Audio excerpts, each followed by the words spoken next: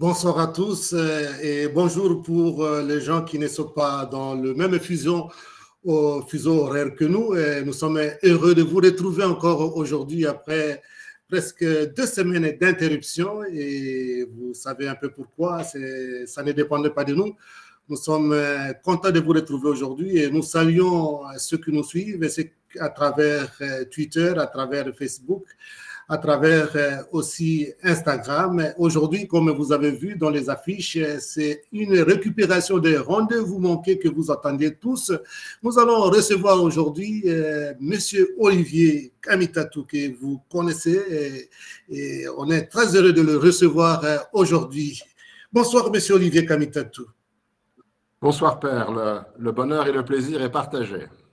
En tout cas, c'était un grand plaisir pour nous de vous recevoir. Je ne serai pas seul aujourd'hui. Nous aurons l'équipe du dialogue avec qui va nous accompagner et qui va aussi dialoguer avec vous. Nous avons notamment Madame Patricia Temouni depuis l'Angleterre à Londres. Bonsoir, Madame Temouni, Patricia. Bonsoir, Père Jean-Pierre. Bonsoir, Monsieur Olivier Kamitatou. Alors, vous allez bien, Madame Patricia? Ça va très bien, merci. Alors, en tout cas, heureux de vous retrouver puisque ça faisait quand même déjà un peu de temps que nous n'avions pas eu dialogue avec. Donc, Madame Patricia Temouni, Monsieur Olivier, c'est Madame, comme on l'appelle ici, pensée du jour, vous allez la découvrir avec nous. Nous aurons aussi, depuis Niamey au Niger, Monsieur Benjamin Babunga. Bonsoir, Monsieur Benjamin Babunga. Bonsoir Padré et bonsoir également Monsieur Olivier.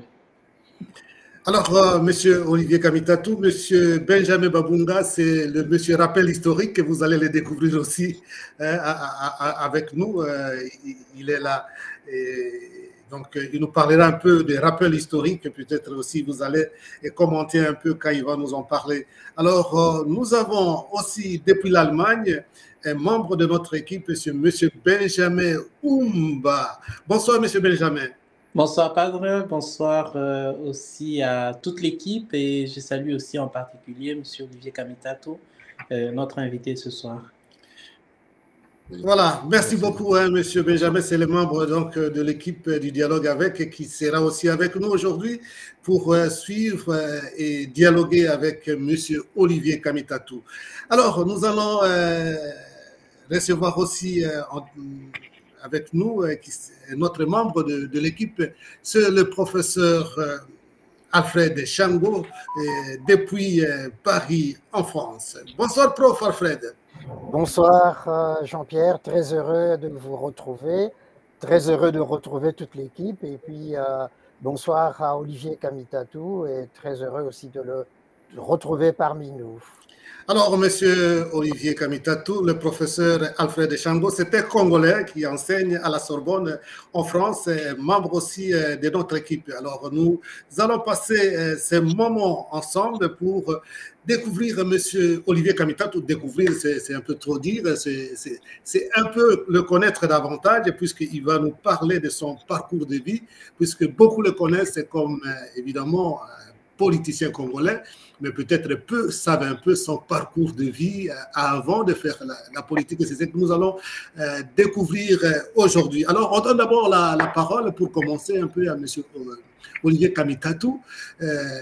Comme un point de départ, starting point, c'est de nous parler un peu pour qu'on le sache, pour que les gens qui nous suivent puissent savoir un peu son parcours scolaire et académique. Alors, vous avez la parole, M. Olivier. Merci, Père. Bien, écoutez, j'ai eu un parcours scolaire.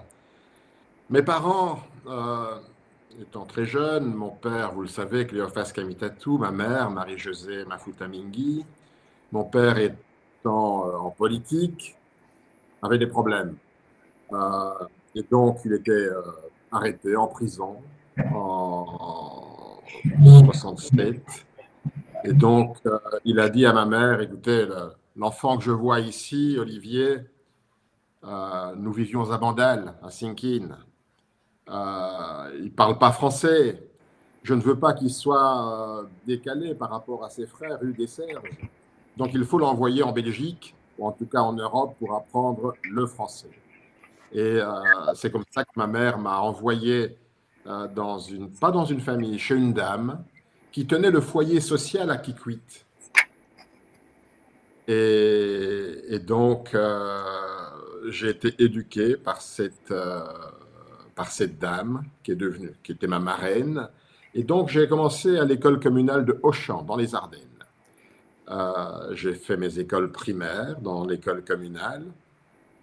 À l'âge de 11 ans, on m'a fait sauter de classe. Je n'ai pas fait la 6e année primaire. J'ai fait mes débuts à l'internat, au collège Emmanuel Dalzon, à Bure, un établissement dirigé par les pères assomptionnistes. Ce fut une période charnière dans ma vie parce que, sous la tutelle bienveillante des pères, eh bien, j'ai développé un peu l'apprentissage du latin, du grec, de la poésie, de l'esthétique, qui ont enrichi mon esprit. À 17 ans, je suis entré à l'Institut catholique des hautes études de commerce, l'ICHEC, à Bruxelles, où j'ai fait la rencontre de mes premiers amis congolais, Michel Losembe, Jean-Pierre Bemba. Et puis, je me suis enrichi d'autres rencontres. Donc, j'ai obtenu mon diplôme de l'ICHEC en sciences commerciales et consulaires avec une option pour les pays, le développement des pays en développement. Voilà. C'est donc à partir de là, je suis rentré au pays à 22 ans, où j'ai fait le concours de l'inspection générale des finances, assorti d'une année à l'école nationale. Alors, monsieur Olivier Kamitatou, merci beaucoup. C'était d'abord un peu pour qu'on essaie de voir le parcours scolaire et académique. Il y a déjà un point important que vous venez de souligner. Vous êtes rentré au pays à l'âge de 20 ans. 22 ans, à la fin de mes études. Oui, 22 ans. Alors, le Congolais en général, on sait qu'à 22 ans, pour la plupart des Congolais, on commence encore presque on est encore à l'école secondaire. Mais là, vous avez déjà terminé et vous rentrez au pays. Et vous aviez déjà commencé à parler, disons, des parcours professionnels. Nous allons y arriver. Le temps pour nous de commencer d'abord avec la rubrique Pensée du jour avec Madame Patricia Temoni. Alors, Patricia, la pensée du jour. Bonsoir, Père. Rebonsoir. Alors, pour la pensée du jour, nous allons nous immerger un petit peu dans la tête d'un philosophe, Jean-Paul Sartre. Nous allons parler de Jean-Paul Sartre, un philosophe, écrivain et intellectuel français du XXe siècle. Jean-Paul Sartre est un penseur qui nous a légué plusieurs doctrines, dont la pensée existentialiste, que nous allons aborder brièvement. Sartre nous dit que nous sommes condamnés à être libres. Pour lui, nous avons le libre arbitre des choix, mais aussi de ce que nous voulons être. Contrairement à d'autres penseurs, Sartre dit que l'existence précède l'essence, que ce qui définit notre essence, on l'a construit. Pour Sartre, l'homme est ce qu'il veut être, car la liberté existe chez l'homme et qu'il a la capacité de choisir. Personnellement, je crois que même si l'on n'adhère pas complètement à cette pensée, on ne peut pas lui donner tort. Par exemple, on n'en voudra jamais à un animal d'avoir tué un autre animal sans raison, alors que pour l'homme, ce ne sera pas pareil, parce qu'on sait que l'être humain a la possibilité de choisir. L'idée ici est que l'on attend de l'homme plus que des animaux, car l'homme possède ce que l'on appelle une conscience. Donc, la devise de l'existentialisme de Sartre est le libre arbitre, et c'est d'ailleurs cela le grand risque de la liberté, c'est la responsabilité. À une liberté totale correspond une responsabilité totale. Exister, c'est le privilège des êtres conscients, et les êtres conscients savent qu'ils sont à eux-mêmes leurs propres juges. Pour finir, j'ai lu quelque part que M. Olivier Kamitatou, vous partagez comme Sartre une volonté de plus de liberté, que vous avez été le président d'un parti libéral qui promeut la démocratie et la liberté. Merci.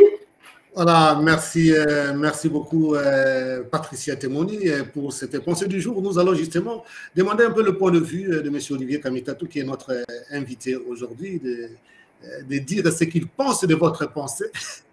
Donc, l'existence précède l'essence, notamment de Sartre. Hein, je pense donc que je suis. Ça, c'est la philosophie un peu élémentaire que nous avons étudiée encore à l'école secondaire. Alors, monsieur Olivier Kamitatou, qu'est-ce que vous pensez un peu de cette pensée du jour? Ben, écoutez, j'adhère bien entendu à tous les discours sur la liberté que Madame Patricia vient de nous exposer avec Jean-Paul Sartre, qui n'était pas dans mon éducation le philosophe que j'avais appris à apprécier. Mais effectivement, je pense que cette pensée est très profonde et que finalement le libre arbitre du choix, ça reste un élément fondateur dans toute démarche. Mais plus loin que Jean-Paul Sartre, je suis plus encore inspiré et je recule dans le temps par Michel Montaigne qui dit que c'est une grande chose au monde que de savoir être à soi. Ça veut dire que cette liberté, on ne peut l'exprimer que si on se connaît bien soi-même. La responsabilité personnelle, on doit l'engager, mais en étant conscient de sa propre nature, de ses faiblesses, mais en cultivant son autonomie spirituelle, son intégrité morale, et en gardant toujours cette capacité de discernement. Et c'est là où, manifestement, je pense que le libre arbitre doit être associé à une qualité essentielle, le gnotisséoton, connais-toi toi-même. Tu ne peux t'exprimer librement que si tu connais tes limites. Et je pense que même l'éducation, c'est l'université. Tout le monde veut que les enfants aient un diplôme. L'université, c'est la connaissance de ses capacités, de ses limites. Il faut savoir se discipliner, atteindre l'objectif. Mais pour atteindre l'objectif, il faut savoir où nous sommes réellement, quelles sont réellement nos capacités. Donc, c'est une grande chose au monde que de savoir être à soi également, en parlant, bien entendu, de la liberté qui nous est donnée de choisir. Absolument.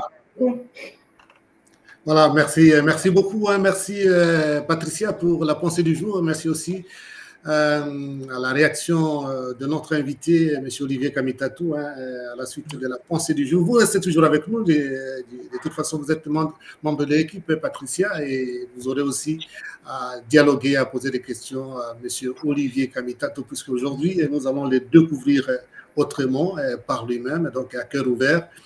Alors, vous rentrez au pays à l'âge de 22 ans. À l'âge de 22 ans, beaucoup de Congolais commencent alors, c'est le début de l'école universitaire, disons, de l'université, mais vous avez déjà fini. Alors, vous aviez déjà commencé, vous avez passé un concours. Alors, nous allons un peu voir maintenant le parcours professionnel de M. Olivier Kamitatou. Quand je parle de parcours professionnel, essayez un peu de mettre d'abord à côté, disons, le parcours politique, comme ça, puisque ça viendra un peu plus tard. Voilà. D'accord. Bien. Merci, Père. Alors, un parcours professionnel qui va ne pas être tout à fait linéaire. Quand je rentre au pays, mon père veut que je devienne banquier. Et donc, je passe le concours pour entrer à la banque commerciale zaïroise, la BCZ à l'époque, qui est devenue la BCDC, Equity aujourd'hui. Je réussis ce concours et on m'offre un salaire, évidemment, mais qui était totalement dérisoire à l'époque. Et je me rebelle et je dis non, j'accepte pas. Mon père se fâche. Là, Jean-Pierre Bemba me dit, écoute, viens travailler, nous avons un magazine qui s'appelle Zaïre Magazine. Tu aimes écrire, tu aimes être journaliste, et pourquoi pas, tu pourrais travailler dans le groupe Cibé comme rédacteur en chef, éditeur responsable de Zaïre Magazine. Je vais faire ça pendant 1 an. Là, mon père me dit, mais c'est pas possible, tu n'as pas fait des études pour être un employé ou un journaliste. Donc, c'est là où il me demande de passer le concours d'inspecteur des finances que je réussis en 88. Et je suis de la promotion comme inspecteur des finances. Nous sommes une 50aine, nous sommes recrutés avec l'inspecteur général chef de service actuel, Jules Alingueté, avec le Premier ministre Adolphe Mouzito, avec d'autres, Bavonsa, Jean-Marie Bamporiki, une belle promotion. Et donc, je commence à prester comme inspecteur des finances. Mais parallèlement, je suis assez dubitatif sur la fonction publique. je suis toujours passionné par un peu la sociologie, la recherche des mouvements de société. Et donc, en marge de cela, avec ma belle-sœur de l'époque, Francesca Bomboko, nous lançons une agence de sondage qui s'appelle Bercy, qui existe toujours. Et nous allons commencer à faire des enquêtes d'opinion parce que ça coïncide avec la libéralisation de la vie politique au Congo. Le président Mobutu lance le multipartisme et nous faisons un institut de sondage. Et tous les mois, nous allons faire des sondages et je fais des analyses et j'écris et nous avons des abonnés. C'est une entreprise qui va relativement bien fonctionner. Parallèlement à ça, je reste fonctionnaire. Mais j'ai mes activités. Là, le père au CADISEC, le père Ekwa, me demande d'être administrateur du CADISEC, où je deviendrai trésorier. Et à l'époque, le président du conseil d'administration du CADISEC, c'est le professeur Kazadi Ndouba, le père du ministre des Finances actuel. Le ministre Ndundo, José Ndundo, est président de la Chambre de commerce franco-zaïroise. Il me demande d'être administrateur également. Donc, je suis plutôt dans le secteur privé. Et donc, en 1997, arrive le régime de Laurent Kabila, qui prend le pouvoir. On continue les sondages. Entre-temps, je suis conseiller dans différents cabinets. Mais on continue les sondages. Et là, le président Laurent Kabila s'intéresse et me demande où nous en sommes dans les sondages. Et je lui dis, écoutez, Monsieur le Président, Étienne Tshisekedi est en tête. Il a un mouvement d'opinion très favorable à lui. Et là, Laurent Kabila et son ministre de l'Intérieur, Feu Kakouji, prennent très mal les sondages. Et je suis aux arrêts pendant un mois. Et j'ai la possibilité de pouvoir partir et je prends le chemin de l'exil. Alors, nous allons y revenir maintenant, disons, peut-être les gens qui nous suivent aussi découvrent un peu d'autres dimensions. Comme je le disais, que les gens connaissent Olivier Kamitatu seulement quand il a commencé vraiment la politique active, mais cette partie déjà de votre vie professionnelle, ça échappe à beaucoup de gens, même à moi-même. Donc, cette expérience que vous avez même, disons, travaillé à CADISEC, collaboré, et puis vous avez travaillé, vous avez cité plusieurs noms des responsables actuels encore au gouvernement, comme Alingeti, comme le ministre, l'ancien premier ministre donc, de la République démocratique du Congo. J'ai salué aussi en passant, puisque vous l'avez mentionné, Michel Losembe, qui est un ami. Et il a passé Pâques avec moi ici à Rome. Et vous avez cité qu'il a étudié avec vous. Je le salue, je crois qu'il est en train de nous suivre pour le moment. Et alors, durant cette vie, vous avez dit parfois en contradiction avec votre papa, puisqu'il ne voulait pas que vous puissiez travailler pour les autres, quelque chose comme ça. Et alors, faisons un peu l'évaluation de cette période-là. Vous-même, vous êtes encore trop jeune et vous vous lancez comme ça dans plusieurs activités. Comment est-ce que vous pouvez évaluer cette période de votre vie, par exemple? Écoutez, Père, avec le recul, je dirais que j'étais trop jeune, peut-être un peu velléitaire dans le sens que je voulais toucher à tout et embrasser tout à la fois. Ça m'a donné un grand bagage. J'ai été conseiller, je vous ai dit, dans plusieurs cabinets. J'ai été conseiller dans le cabinet du président Mobutu comme chargé de mission du directeur adjoint qui était chargé des questions économiques, Lucien Mujinga, feu Lucien Mujinga. Je me rappelle qu'à l'époque, dans le bureau en face de moi, il y avait Jean-Lucien Boussa, qui est ministre aujourd'hui. Après, j'étais également conseiller au ministère des Finances. À l'époque, c'était M. Diomi qui était vice-ministre des Finances. Donc, ce que je retiens, c'est qu'il faut conserver un cap. Et peut-être que pendant cette période, je n'avais pas un cap précis. J'avais une passion, c'était la sociologie. Regarder la société congolaise, la voir grandir, la voir évoluer. j'ai gagné une expérience extraordinaire dans la vie administrative, dans la vie des cabinets. J'ai gagné également un grand bagage au niveau des statistiques à travers Bercy. Et donc, j'ai pu devenir très polyvalent en étant un peu touche à tout. Et c'est peut-être ce qui fait aujourd'hui le fait que je suis relativement polyvalent, mais ce qui doit inspirer les jeunes aujourd'hui, c'est qu'il ne faut pas avoir des œillères. Alors c'est sûr qu'on parlera de jeunes, on parlera certainement de jeunes.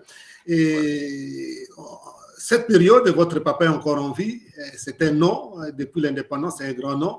Et c'était difficile pour vous, évidemment, d'être mis au premier plan, d'être plus connu, puisque le papa est encore là. Kamitatou, c'est quand même un grand politicien. Donc, le fils ne se fait pas encore voir à ce moment-là, puisque le papa est bien vivant. En fait, père, j'ai 2 frères aînés. Malheureusement, ils m'ont quitté, ils nous ont quittés, Serge et Hugues, Hugues l'aîné, Serge, qui eux étaient beaucoup plus doués pour faire la politique que je ne l'aurais jamais été. Effectivement, je n'étais pas dédié à faire de la politique, ce sont les circonstances, c'est la disparition de mes 2 frères. Ce que les gens ne savent peut-être pas, c'est que ma mère, Marie-Josée Mafuta-Mengi, a été députée de Boulungu. Elle était vice-ministre de l'Éducation à l'époque où c'était le papa de Michel Losembe, Mario Cardozo, qui était ministre de l'Éducation. Donc, j'ai été baigné très tôt dans la politique, mais je ne me voyais pas forcément faire de la politique. Je pense que mon père pensait plutôt à mes frères aînés. Alors, vous parliez de cette arrestation et la possibilité de quitter le pays. Donc, vous forcez un peu à quitter le pays. Nous allons y revenir puisque c'est là où commence, selon moi, une autre étape de la vie, une étape importante. Nous allons y arriver. Le temps d'aller en France un peu pour voir avec le professeur Alfred Echango, notre correspondant en France, d'avoir quelques nouvelles de France. Et puis, nous allons revenir à vous, monsieur Olivier Kamitatou. Prof. Oui, merci beaucoup. Alors, j'ai 3 nouvelles, 2 nouvelles pour ici en France, et puis comme on en a pris un peu l'habitude, les nouvelles du souverain britannique aujourd'hui, et puis une nouvelle qui concerne la RD Congo. Pour ce qui est de la France, l'actualité est dominée par le discours de Macron à la Sorbonne hier, son discours sur l'Europe, où il a fixé un nouveau cap justement à l'Europe.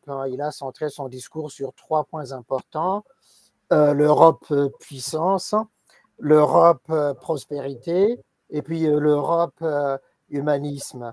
Et en insistant beaucoup sur le fait de la sécurité de l'Europe au vu de l'actualité du moment, de ce qui se passe en Ukraine, pour en appeler justement à une initiative de la défense européenne, mais ça c'est son cheval de bataille.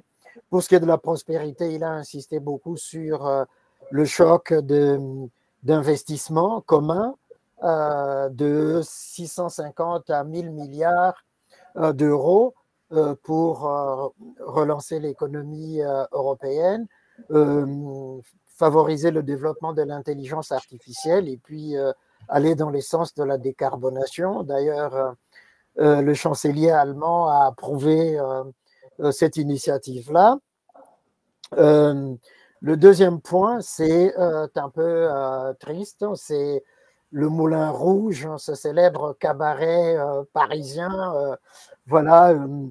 inauguré vers la fin du 19e siècle, le 6 octobre 1889, qui vient de perdre ses 2 ailes.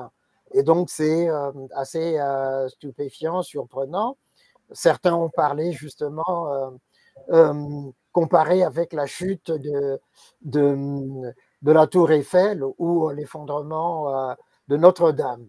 Donc voilà. L'Angleterre, évidemment, il y a beaucoup de spéculations sur la santé du roi Charles III. Alors, on a suivi un peu ce que le Daily Beast raconte, enfin le correspondant royal du Daily Beast disons que l'état de santé du roi, finalement, inquiète beaucoup, plus qu'on ose le dire.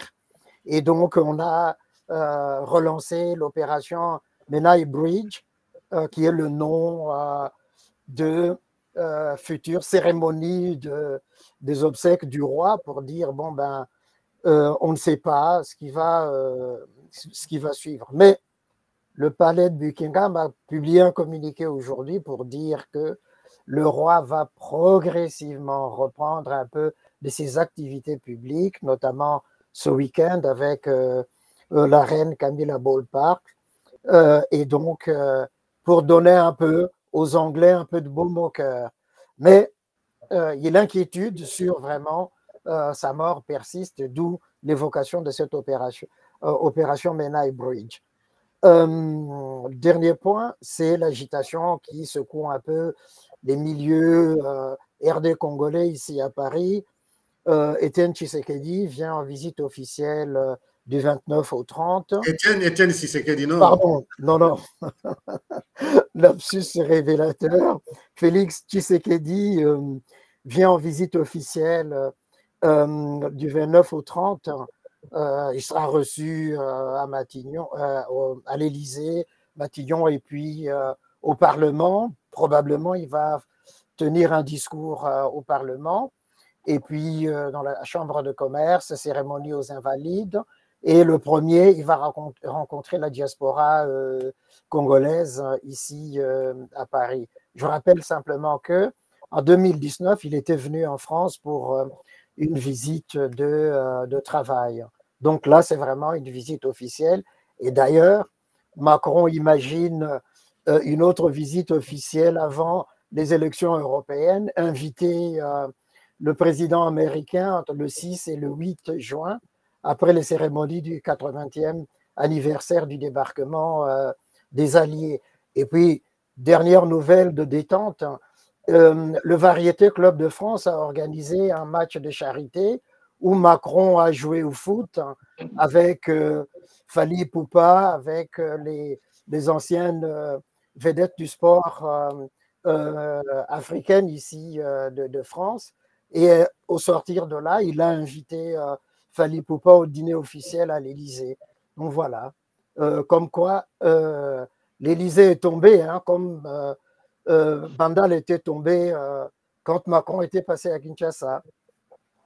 Voilà, merci beaucoup, professeur Alfred. Rapidement, nous allons demander aussi à M. Olivier Kamitatou de commenter un peu quelques nouvelles que vous venez de donner, notamment de la France. Et puis alors, nous allons essayer de concentrer tout sur lui, dans le sens que nous allons suivre aussi les rappels historiques. Et comme ça, le reste du moment, nous nous concentrons sur M. Olivier Kamitatou, puisqu'il y a quand même beaucoup encore à découvrir pour sa vie. Et puis donner l'occasion aussi à tous les membres, à toute l'équipe de lui poser des questions. Alors, M. Olivier Kamitatou, vous venez un peu de suivre les nouvelles données par le professeur Alfred Deshango concernant surtout la France.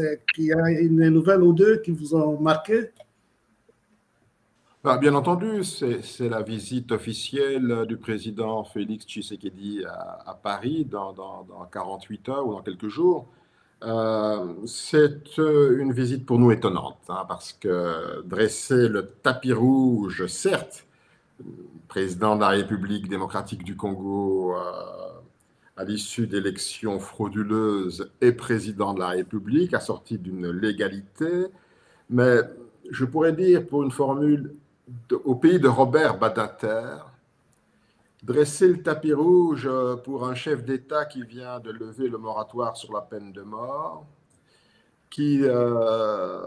dont les prisons détiennent des prisonniers politiques comme Mike Mukebai, comme Jean-Marc Kabound, des officiers qui depuis plusieurs années croupissent en prison sans savoir pourquoi ils sont là, peut-être simplement parce qu'ils sont des swahilophones.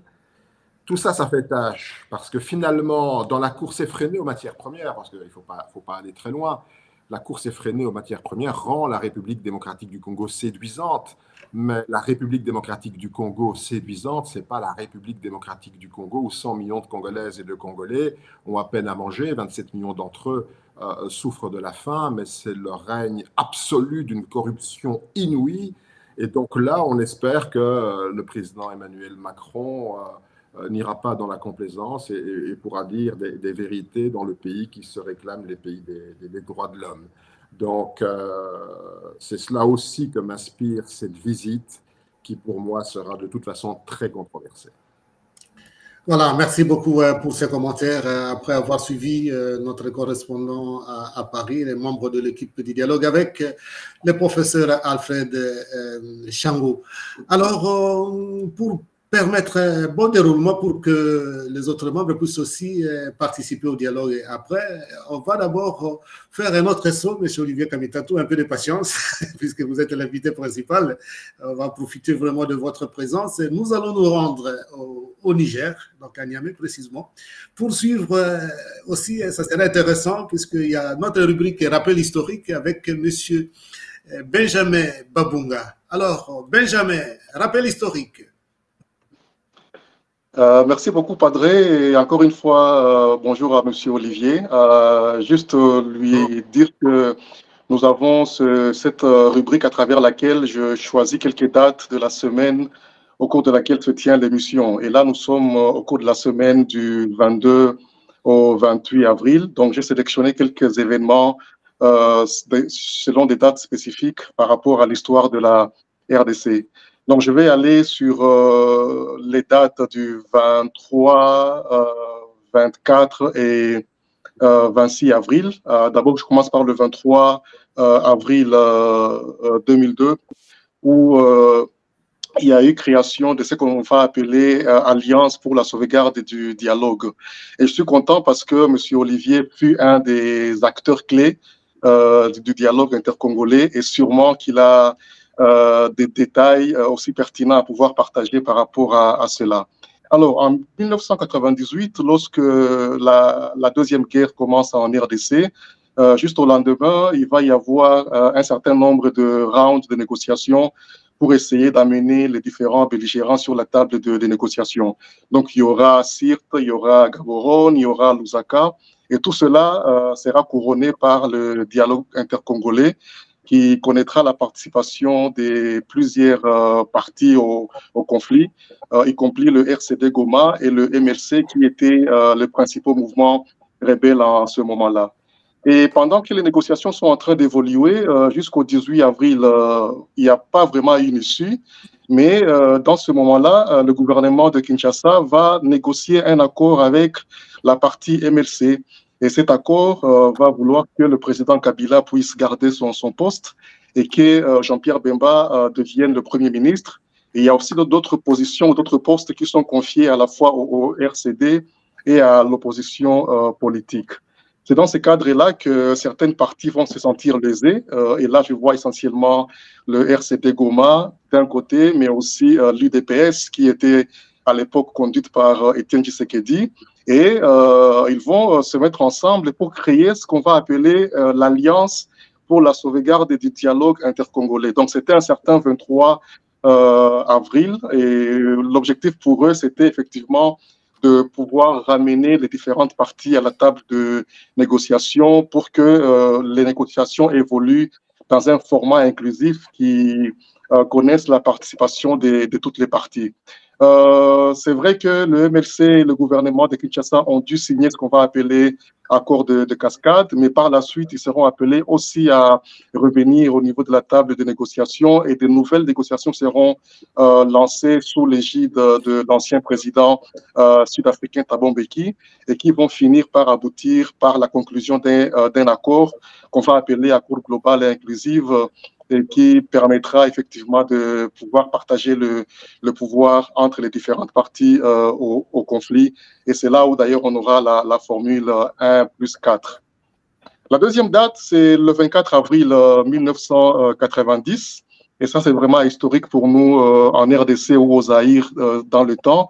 C'est lorsque le président Mobutu réunit un parterre d'invités au niveau du palais de Lansele pour son discours resté historique, discours à travers lequel il va consacrer la démocratisation du Zaïre. Et c'est là où il va tenir son discours historique à travers lequel il dira, voilà, il prend congé du MPR, il va essayer de revenir un peu à l'ancienne formule où chaque Zaïrois aura le choix de se choisir le parti dans lequel il va vouloir évoluer.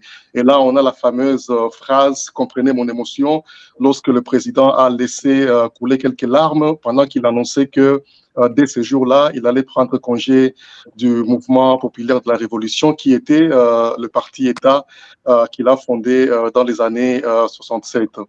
Et enfin, le dernier événement, c'est la date du 26 avril. Je vois le 26 avril 1959, lorsque à Bruxelles, on a lancé ce qu'on va appeler la table ronde économique. Alors, comment on en est arrivé là?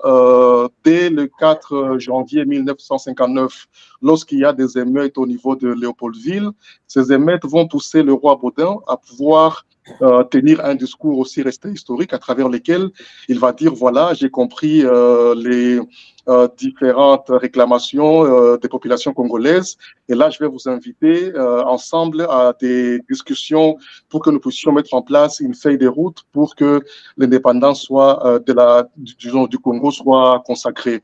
Et c'est dans ce sens-là qu'il y aura ce qu'on va appeler la table ronde qui va commencer initialement et qui va beaucoup plus se consacrer sur des questions politiques.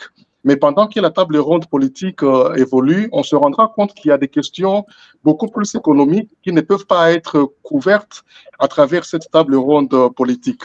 C'est dans ce sens-là que l'on va par la suite consacrer la mise en place d'une table ronde économique et celle-là va se tenir à partir du 26 avril 1959. Mais le seul bémol est que la plupart des hommes politiques de ce temps-là, notamment Kasavubu, Lumumba, qui étaient présents au niveau de la table ronde politique, vont sécher la table ronde économique. Pourquoi? Parce que c'était la période où ils préparaient les élections législatives de mai 1959. Et pour bien d'observateurs, les délégués qui ont été envoyés à la table ronde économique n'avaient pas le recul nécessaire pour pouvoir mener de bonnes négociations sur la manière dont le futur Congo allait récupérer certains des actifs qui appartenaient à des sociétés belges, par exemple, et qui étaient au niveau du Congo. Et beaucoup estiment que c'est d'ailleurs de là qu'est né ce qu'on va appeler plus tard le contentieux belgo-zaïro-belge, plutôt belgo-zaïrois ou belgo-congolais, étant donné qu'il y a beaucoup d'aspects qui n'avaient pas été couverts comme il se doit lors de la table ronde économique qui s'est ouverte le 26 avril 1959. Donc voilà les trois événements qui coïncident avec quelques dates de cette semaine que j'ai pu retenir par rapport à l'histoire de la RDC. Merci. En tout cas, merci beaucoup, hein, monsieur Benjamin Babunga, pour ce rappel historique et très riche. Hein. Je suis presque sûr que monsieur Olivier Kamitatu ne va pas manquer un petit commentaire quand il a suivi. Je l'ai vu à un certain moment sourire et je crois que nous aurons droit à un petit commentaire. Alors, monsieur Olivier Kamitatu. Ah, beaucoup de... Non, on pourrait disserter sur les trois... Oui. Les trois dates.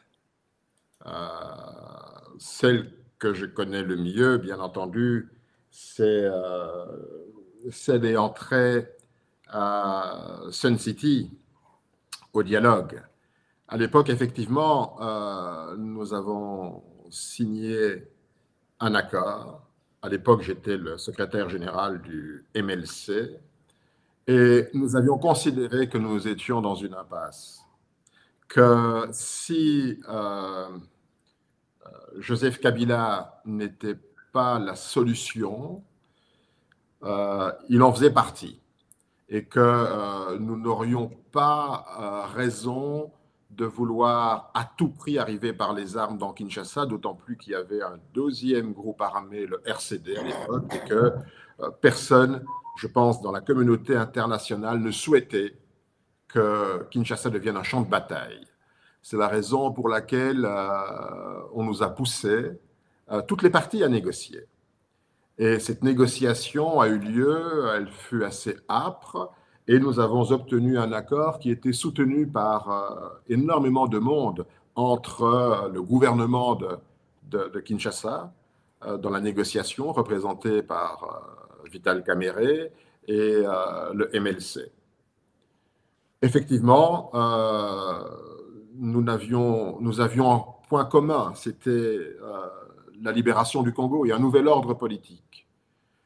Nous avons obtenu cet accord à l'arraché, mais il n'a jamais été mis en œuvre.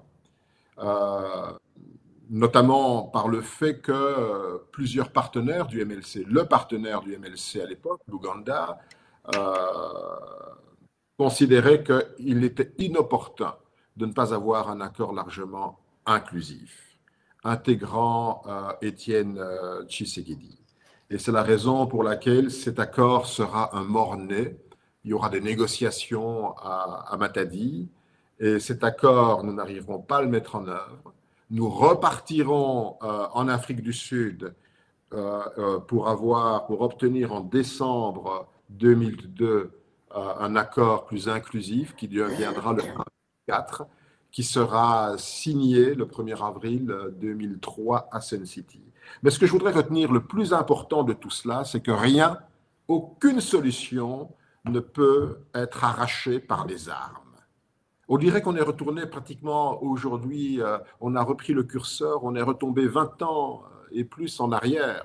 Ça veut dire que nous avions la volonté de forger un véritable pacte républicain pour un nouvel ordre politique. C'était cela qui était notre motivation essentielle pour la démocratie. Ça veut dire pour la souveraineté populaire qui s'exprime à travers les urnes, à travers les élections.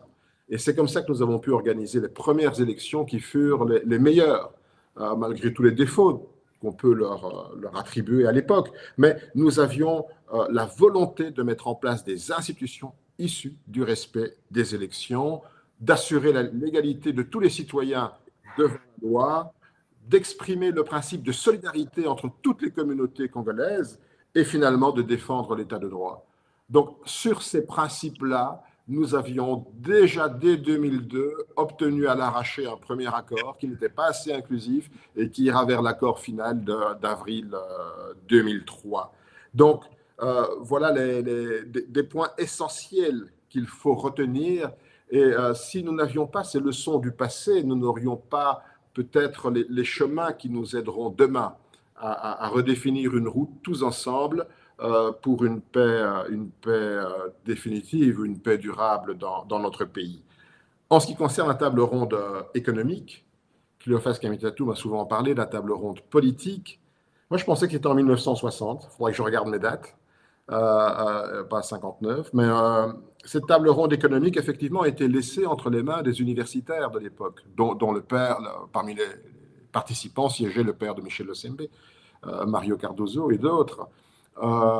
Effectivement, ils ont été roulés dans la farine et ça deviendra le contentieux belgo-congolais parce que l'Union minière du Haut-Katanga disposait des titres de propriété d'énormément d'immeubles, entre autres, des sociétés d'État de l'époque. Les capitaux sont passés directement entre les mains des Belges sans qu'il y ait d'acte de transfert.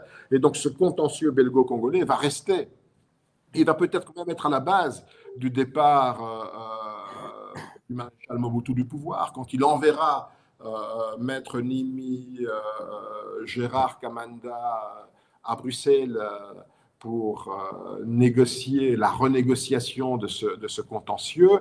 Ce sera un crime de lèse-majesté, mais on sent qu'il est resté un contentieux qu'on ne veut pas réouvrir. Peut-être que des générations futures réouvriront ce contentieux. Il est des biens qui appartenaient à la République du Congo et qui ne lui ont pas été restitués et qui sont partis dans un autre patrimoine. Ça fait partie de ce contentieux-là. Voilà, merci beaucoup. Voilà, je crois que du point de vue historique, vous aviez raison que la table ronde économique, c'était plutôt en 1960. Le professeur Alfred peut aussi en témoigner. Alors, après vous avoir suivi pour les commentaires, peut-être que ça reviendra un peu plus tard. Vous aviez dit que, disons, la prise d'armes, ce n'est pas nécessaire pour notre pays.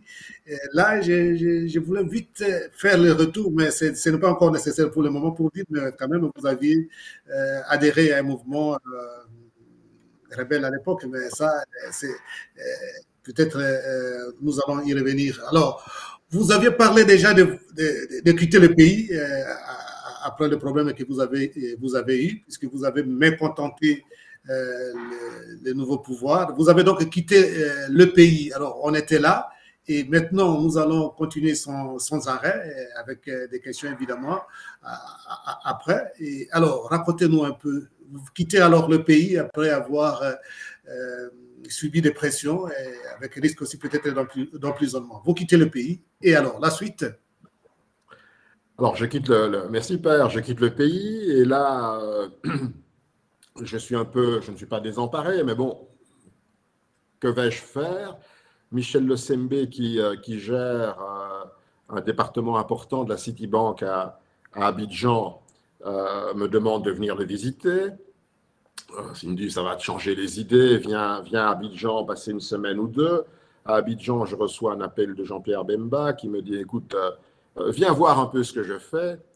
Il faut se dire qu'à l'époque, j'avais commencé à rédiger le programme économique du MLC, Mouvement de Libération. Mais je ne me voyais pas devenir rebelle. Mais ayant le temps, j'ai décidé d'aller effectivement visiter Jean-Pierre Bemba. Nous nous sommes retrouvés à Kampala. J'avais pris un billet d'une semaine et finalement, je ferai 2 ans. Et je vais devenir secrétaire général et je vais mener les négociations aux côtés de Dominique. Alors, une petite curiosité. Vous aviez quand même connu aussi, puisque quand on voit vos anciennes photos que j'ai découvertes quelque part, on vous voit avec, on vous voit avec monsieur Jean-Pierre Bemba quand même. Je crois que c'était en Belgique, je crois. Oui, effectivement, nous étions à l'ICHEC ensemble. Ah oui. Oui, puisque quand vous avez cité les noms, vous avez seulement cité les noms de Michel sans citer son nom. C'est comme ça que maintenant, j'ai revu un peu à ça. C'est que vous connaissiez déjà quand même avant. Non, je l'ai cité parmi les 2 premiers Congolais avec lesquels j'ai lié amitié en commençant l'ICHEC. C'était effectivement Michel Losembe et Jean-Pierre Bemba. Une anecdote, Michel Losembe est le premier à rejoindre l'ICHEC et il me dit « Ah, mais… j'ai un ami, il s'appelle Jean-Pierre, il a commencé Solvay, mais bon, il va venir ici à l'ICHEC, il faudrait que vous puissiez vous rencontrer. » Ben voilà comment on s'est rencontrés à l'ICHEC et voilà comment je vous ai expliqué au début de ma vie professionnelle et je vous ai expliqué que quand je dois quitter le Congo, le fait qu'on peut retenir de cela, c'est que les frustrations, les exclusions, les discriminations conduisent parfois à des décisions qui sont radicales. Et la prise des armes est une des décisions les plus radicales dans une vie, mais ce n'est que le flot des frustrations accumulées. Et donc ça aussi, c'est une leçon pour le présent. Ce que nous avons vécu, nous étions jeunes à l'époque, mais c'est une leçon pour les présents, pour ceux qui gouvernent. Quand vous frustrez un peuple trop longtemps, quand vous le malmenez, à un moment donné, ces frustrations mènent à des décisions qui peuvent être très radicales. Alors, vous avez quitté le pays, vous avez rejoint alors Jean-Pierre Bemba. C'est le début actif, disons, maintenant, puisqu'avant, vous étiez, comment dire, vous étiez un fonctionnaire de l'État, pas nécessairement un politique. Maintenant, avec ce fait de joindre Jean-Pierre Bemba, vous entrez de plein pied en politique. Et alors, c'est jusqu'aujourd'hui. Vous nous racontez un peu? Alors, non, écoutez, mon tout premier engagement politique, ça va vous étonner, c'est dans le parti d'Eugène Diomy, la démocratie chrétienne. Je prends la carte de la démocratie chrétienne parce que j'y vois les valeurs que je défends, parce qu'à l'époque, Eugène Diomy est un jeune qui monte et son discours est séduisant. J'y retrouve l'honorable Condé Villa-Kikanda et d'autres, Gaston Guinée-Vouvou. Et donc, ça, c'est mon tout premier engagement. Mais quand j'entre dans le MLC, ce sont de très grandes responsabilités. C'est un mouvement politico-militaire. Ce sont des jeunes gens qui sacrifient leur vie pour un idéal. C'est un autre Congo, c'est un nouvel ordre politique. Nous ne sommes pas nombreux. Jean-Pierre Bemba ne croit pas dans la politique. Je ne sais pas s'il y croit aujourd'hui d'ailleurs, mais il croit dans la force. Il croit dans la force. Il croit dans son armée. Et il est convaincu qu'en faisant une grande armée, eh bien, écoutez, il faut quand même discuter, il faut quand même négocier. C'est ce qu'on appelle le talk and fight. Eh bien, comme négociateur, il me choisit pour mener les négociations et toutes les capitales qui ont été citées précédemment. Je vais faire beaucoup de capitales au cours desquelles, eh bien, je vais rencontrer Azarias Rouberois, Vital Caméré dans les autres camps. Et au fil des discussions, eh bien, nous allons commencer à forger d'abord l'accord de Lusaka, ensuite le premier accord de Sun City, ensuite le deuxième accord de Sun City, et nous allons mettre en place les fondations du nouvel ordre politique qui apparaîtra avec les élections de 2006 et préalablement, bien entendu, cette constitution adoptée par référendum en 2005. Donc ce furent des moments difficiles, rien n'a été facile, une formation militaire, j'ai porté l'habit militaire, mais je n'ai jamais... Alors, racontez-nous un peu rapidement, hein, parce que c'était une bonne expérience de la vie, ça. Formation militaire, oui. Avant de revenir à votre histoire. Non, pourquoi la formation militaire? Parce que c'était un mouvement politico-militaire et on nous a dit, bah, écoutez, si vous voulez parler aux soldats, si vous voulez être respecté d'eux, bien que vous soyez politique, vous devez partager leur existence, partager leur vie. Vous devez donc subir cette formation. Et je pense que ça a été très profitable. On ne peut parler à un militaire, on ne peut vivre que si on a vécu sur la paillasse, si on s'est levé à 4 heures du matin pour faire le tchaka-mouchaka et courir, si on a fait les exercices de gymnastique, si on a monté, démonté son arme, si on a mangé la ration, et là vous êtes crédible, sinon vous ne le serez jamais. Si vous connaissez le sens du sacrifice, alors vous êtes mieux à même de défendre les intérêts qui vous portent, militaires et politiques, à travailler sur un objectif commun. C'est peut-être ce qui manque aujourd'hui au peuple congolais, c'est d'être en communion avec son armée. Nous avons les meilleurs éléments pratiquement en Afrique. Notre armée a combattu sur tous les champs. Je ne parle pas de la force publique, ça il faudrait parler à Thomas Nwaka, mais le soutien, nos militaires ont besoin d'un vrai soutien.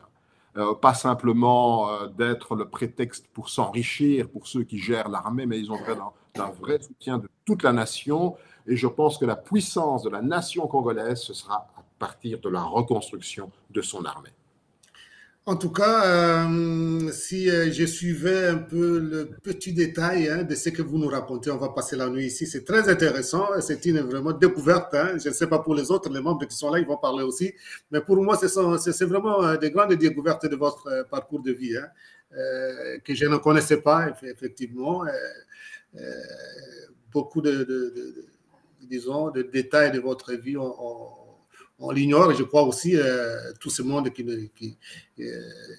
nous suit en ce moment, il découvre ça, il découvre M. Olivier Kamitatou autrement, puisque, bon, il faut dire vrai, beaucoup de gens vous connaissent comme politique, avec votre sens de rhétorique que les gens admirent, et sans connaître ces détails, c'est très important. Alors, comme le temps va assez vite et qu'il y a encore un peu de petites questions de dialogue, on va un peu essayer de sauter certaines parties, et quitte à entrer en profondeur avec des questions. Alors, avec les accords de Sun City et puis la formation, disons, d'un nouvel ordre politique, vous vous retrouvez président de l'Assemblée nationale de la République démocratique du Congo pendant la période de transition, et puis aussi ministre du plan, et c'est bon, du plan, pas seulement du plan, et puis de la révolution de la modernité, je crois, une expression qui a vite disparu aussi.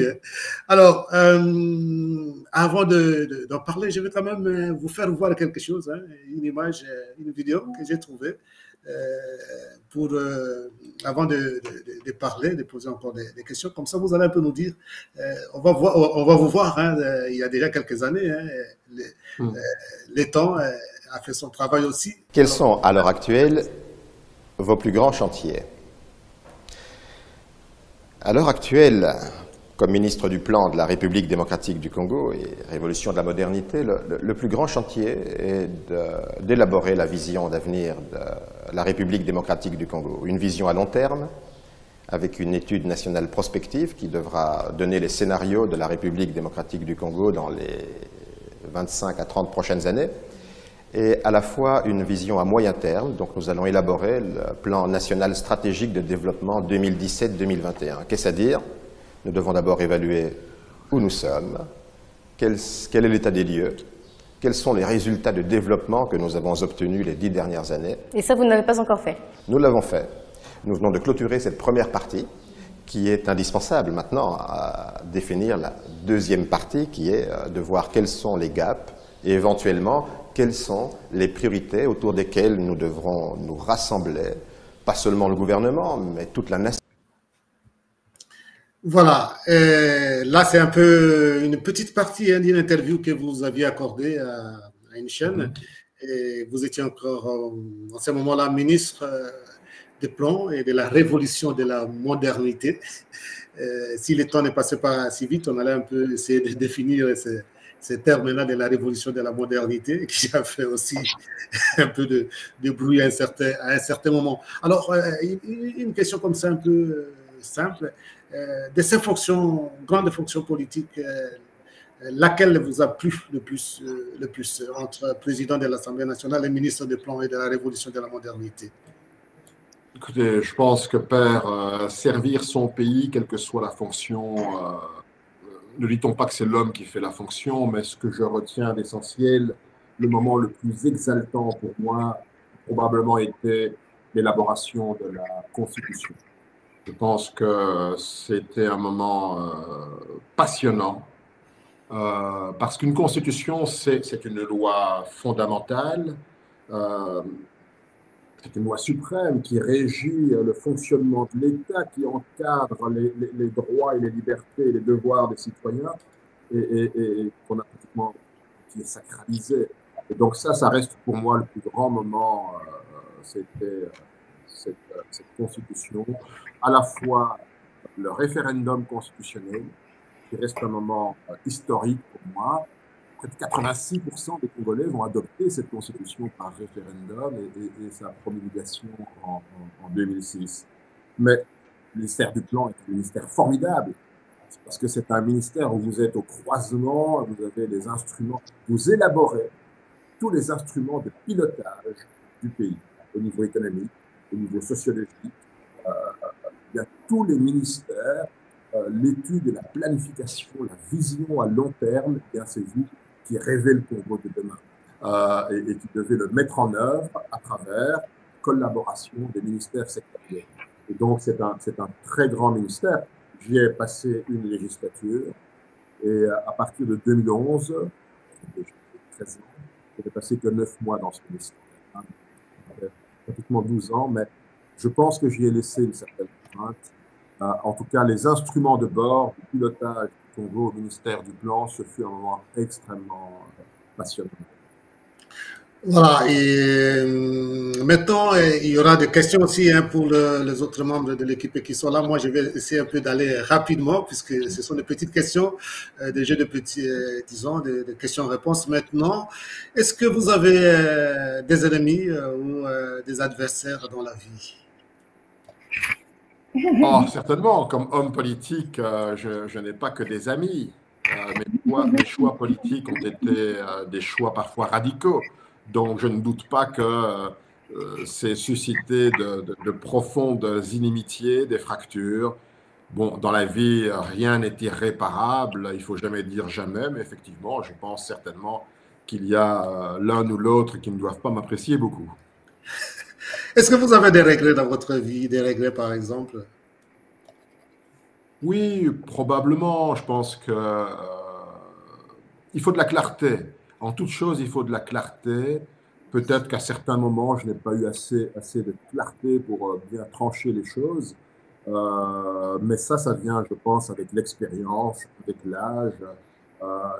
Je le répète, hein, Madame Patricia, il faut savoir être à soi, mais on ne l'est pas quand on a 20 ans.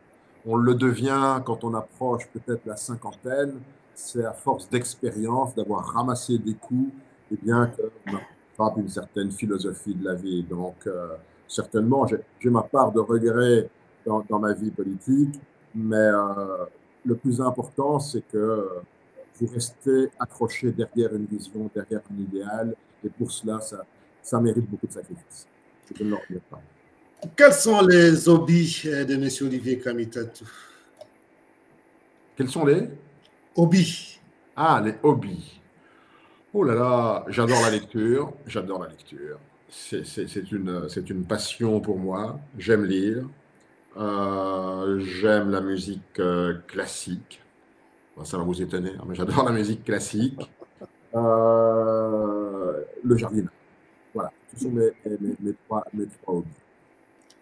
Est-ce que vous aimez aussi le football, par exemple, puisque...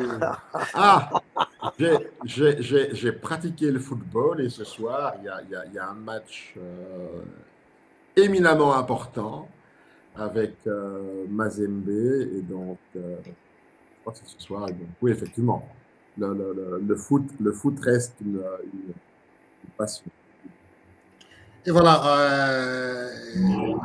en Espagne, vous soutiendrez quelle équipe entre Barcelone et Real Madrid? Entre Barcelone et Real, ce sera le Real. Alors là, nous nageons dans la même piscine. Alors, est-ce qu'on peut connaître de lui-même les défauts de M. Olivier Kamitatou? Les défauts, probablement, certains disent que je suis un homme distant. Et beaucoup de gens ont peur parfois de m'aborder, alors que je crois être quelqu'un d'assez simple. Et c'est l'image que je projette. C'est un grand défaut de ne pas travailler sur son image. La politique aujourd'hui est une question beaucoup d'image. Mais c'est certainement cette distance-là qui parfois m'a posé des problèmes. C'est un défaut en politique. Alors, quel conseil vous pouvez vous donner à vous-même, M. Olivier Kamitatou? Eh bien c'est de travailler sur soi-même. Il faut toujours travailler sur soi. Et il faut toujours chercher le meilleur. Et il faut savoir écouter. Avoir l'humilité d'écouter, d'être à l'écoute de ceux qui vous donnent des conseils et qui parfois vous font des reproches. Et il ne faut pas les en blâmer. Au contraire, il faut les remercier. Et voilà, c'est probablement ce qu'il faut faire toute sa vie, travailler sur soi pour être meilleur. Alors, pour le moment, il me reste encore peut-être une ou deux questions, mais l'équipe qui est aussi là, ils sont, disons, les membres de l'équipe qui sont là, ils sont impatients de poser des questions, notamment Patricia a une question, je suis sûr, et aussi M. Benjamin qui n'a pas encore parlé, il vous a bien suivi et il aura aussi des questions. Mais avant d'arriver à ça, je vais vous montrer une vidéo. Je crois qu'il y a quelques temps, je vous avais appelé pour vous demander quelque chose à propos de la vidéo que vous allez suivre, puisque j'avais besoin de ce texte-là. Et vous allez nous dire un peu quel souvenir vous gardez de ça. Suivons ensemble.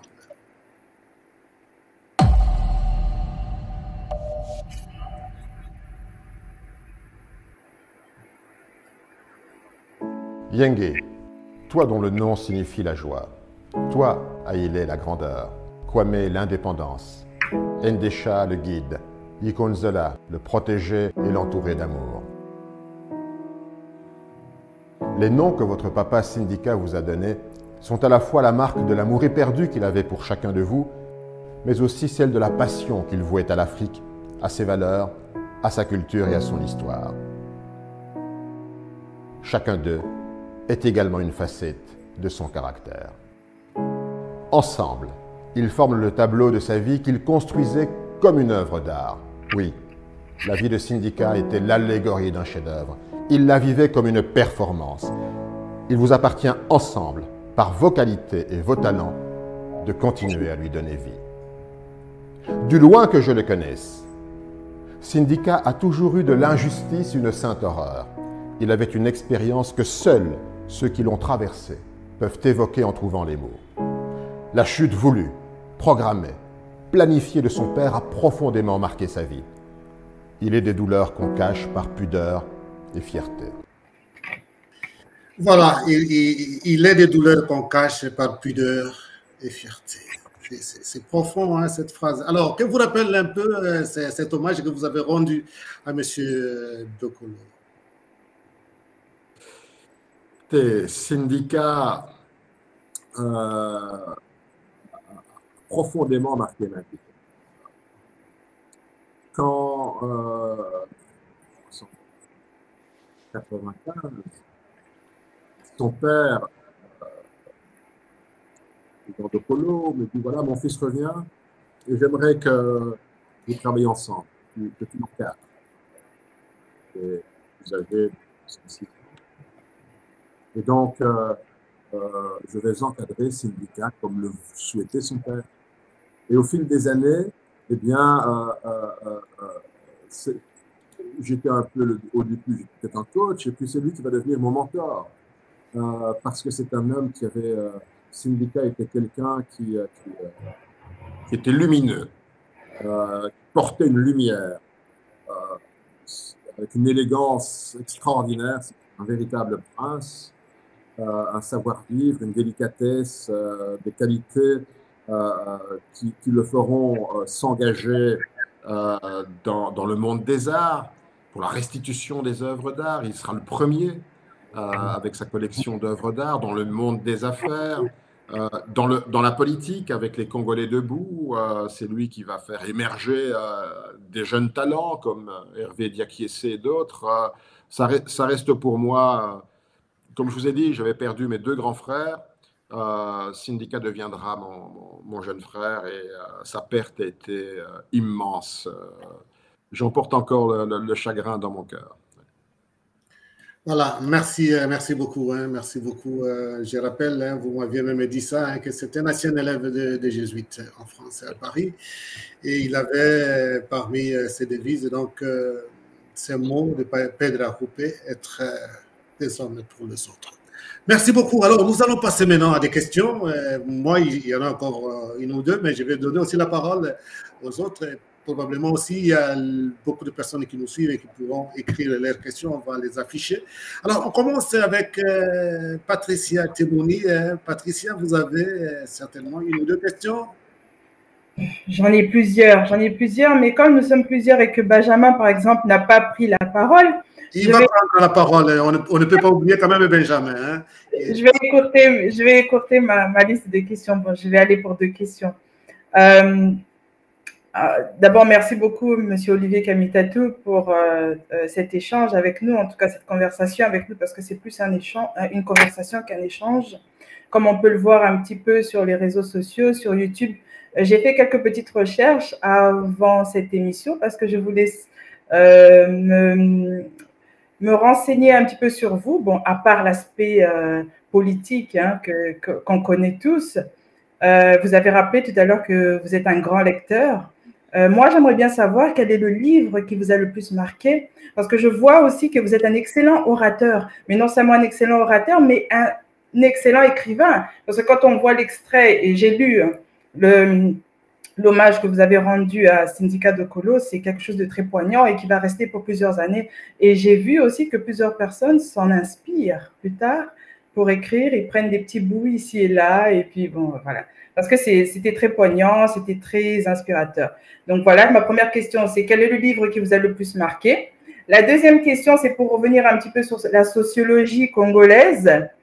Vous nous avez rappelé aussi tout à l'heure que la sociologie, d'ailleurs, c'est l'une de vos passions. Je voulais savoir, pensez-vous que d'ici 2050, par exemple, le Congo pourra retrouver son rayonnement d'antan? Merci. Écoutez, le livre, dans les lectures, ce qui m'a beaucoup inspiré, ça va vous étonner. Je ne sais pas si le père Jean-Pierre a lu de Stéphane Zweig, Conscience contre violence. Stefan Zweig est un immense écrivain autrichien qui a écrit des nouvelles merveilleuses.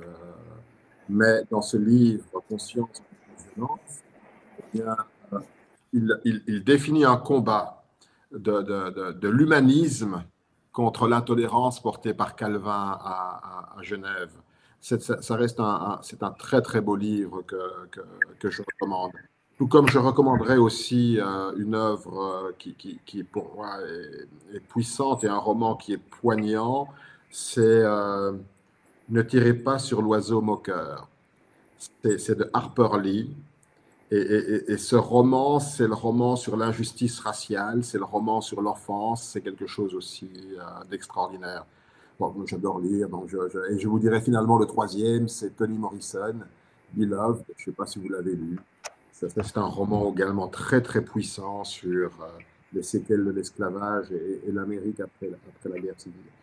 Mais pour moi, je ne donne pas les essais, je lis aussi beaucoup d'essais. Je viens de lire un essai de 1000 pages sur De Gaulle, l'homme de personne. Mais dans les romans, il y a quelque chose de la vie. Ouais. Il y a des enseignements à tirer. J'aime lire les romans. Parfois, on me regarde et on me dit « Mais pourquoi tu lis des romans ?» Parce que dans les romans bien écrits, il y a des situations, des circonstances qui sont parfois inspirantes. Et j'aime lire cette littérature-là. Maintenant, 2050, comment sera le Congo en 2050? Ce que tout le monde doit savoir, c'est que la population congolaise, elle double tous les 25 ans. Donc aujourd'hui, si nous sommes entre 100 et 105 millions de Congolais, en 2050, on sera 180 millions de Congolais. Kinshasa aura encore doublé. Ça veut dire que si nous voulons être une puissance en 2050, la première des choses, c'est qu'il faut travailler tout de suite. Déjà, perdre 4 mois à installer des institutions, c'est beaucoup. Chaque jour est une vie. Il faut avancer. Il faut diriger ce pays. Il faut donner un horizon à cette jeunesse. Il faut remettre les gens au travail. Serons-nous une puissance? Nous deviendrons une puissance si nous redevenons d'abord un État. Or, l'État congolais est défaillant.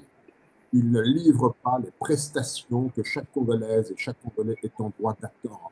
De l'eau, de l'électricité, le système de santé, l'école, des routes, rien. Une sécurité, une armée, une police, rien. L'État est défaillant. Et rattraper cela, ça demande un vrai leadership transformationnel, une vraie vision. Ça demande la mise en œuvre d'un nouvel ordre politique et pas le retour aux anciennes pratiques telles qu'on le voit aujourd'hui. Ça demande qu'on redonne au peuple son véritable pouvoir. Et ça, c'est un des livres de Théophile Kennedy. Le pouvoir doit rester à la portée du peuple congolais. Et ça, c'est la condition, si nous avons un État, c'est la condition de refaire une grande nation qui sera respectée au cœur de l'Afrique. Je l'espère. Mais ça, c'est la nouvelle génération qui viendra. Notre génération, celle des Caméré, des rois et autres. Eh bien, il faut se rendre compte, nous n'avons pas réussi. Il nous reste peu de temps. Il nous reste peu de temps pour confier un Congo plus beau qu'avant à la jeunesse. Et ça doit être nous tarauder l'esprit matin, midi et soir. Quand on est octogénaire, on ne s'accroche pas à un fauteuil. Les mandats doivent être limités. Nous devons aider la jeunesse et surtout un leadership à éclore dans la jeunesse, à émerger dans cette jeunesse, parce que c'est elle qui va porter cela. Nous avons la population la plus jeune au monde. C'est à nous à travailler pour que cette jeunesse garde un espoir. Et sans l'espoir, nous n'aurons pas un État ni une nation. C'est ça notre plus grand objectif aujourd'hui, c'est redonner confiance à la jeunesse congolaise qu'il y a un avenir et que nous devons tracer une route ensemble. Voilà, merci beaucoup, Patricia. S'il y a une question, on reviendra à vous un peu plus tard. On donne la parole. Il n'a pas encore parlé, mais il a bien suivi. Certainement, il est en train déjà de rire. Alors, depuis l'Allemagne, Monsieur Benjamin Oumba. Alors, trois questions, on peut vous permettre quand même, puisque vous n'avez pas encore parlé. En tout cas, personnellement, je tiens à dire d'abord que je suis un très grand admirateur de l'honorable, l'excellence Kamitatu, parce que moi, je le suis tout en étant trop jeune à l'école encore, à l'ICASI. Je le suivais à l'Assemblée nationale comme étant président. Et aujourd'hui, je suis fier personnellement d'avoir eu un président de l'Assemblée nationale à qui je peux m'adresser aujourd'hui. D'abord, la première question que j'aimerais lui poser, qui est aujourd'hui son Hervé Diaké? C'est comme un produit des syndicats de Kolo. Est-ce qu'il a certains jeunes qu'il essaye aussi de former pour aussi, disons, léguer quelque chose de son expérience? Ça, c'est la première question. La deuxième question est de savoir, elle est un peu, ça ferait un peu rire, hein, quel était son grade en tant que militaire au MLC? Voilà, là, ce sont les deux premières questions, donc à lui de répondre. Merci. Ah ben, écoutez, la réponse sera simple. J'ai refusé d'avoir un grade. Je pense que Thomas Louaka, qui a fait la formation, devait être colonel. J'ai refusé. Je trouvais que ça faisait un peu de la comédie. On ne peut pas s'attribuer des grades parce qu'on a fait une formation militaire. Et j'ai refusé complètement cette parodie de dire ah, j'aurais des galons et je serais aujourd'hui le général Kamitatu. Non, non, non. J'ai refusé cela et j'en suis très content aujourd'hui. Hervé Diakhissé, effectivement, c'est l'école de syndicats, un tout petit peu d'Olivier Kamitatu, mais il y a des jeunes qui sont formidables. Je vois Cynthia Katanga qui fait du très bon travail et qui est très douée. D'autres, même dans la société civile, les jeunes gens de Lucha, je vois Bienvenue Matimo, Fred Baouma. Ce sont des jeunes qui sont engagés. C'est cet engagement-là qu'il faut. Quelle que soit l'étiquette politique que vous portez, si vous avez des valeurs, de vraies valeurs, vous croyez dans la liberté et vous avez foi dans votre nation, si vous cultivez la tolérance et toujours cette obsession de savoir-être à soi, ça veut dire à la fois le discernement, une forme d'autonomie spirituelle. Si vous gagnez cela, eh bien, vous faites partie de mon écurie. Donc, j'ouvre les bras à tous les jeunes. Je suis disponible. Voilà, merci beaucoup. La parole maintenant au professeur Alfred, et puis on va encore faire notre tour en jetant aussi un coup d'œil, disons, chez les téléspectateurs qui nous suivent, puisqu'ils envoient aussi maintenant leur message. Alors, professeur Alfred. Oui, il y aurait beaucoup à dire, hein, mais je peux rappeler rapidement quelques anecdotes comme ça. En 1975, je partais pour la première fois donc à l'ISP Kikwit et on voyageait pour la première fois, on ouvrait la ligne Kinshasa-Kikwit par Boeing 737. J'avais voyagé avec son père, on était voisins dans l'avion avec son chapeau. Et puis, alors on nous a servi le repas.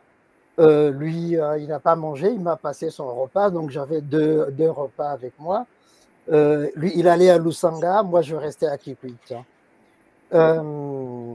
Deuxième anecdote, mais c'est plutôt une pensée pour le père Martin Ekwa, qu'il a évoqué tout à l'heure. Et puis, dernière anecdote aussi, Marie-Angèle Touré, qui l'a interviewée. À cette époque-là, je travaillais comme éditorialiste à Africa 24.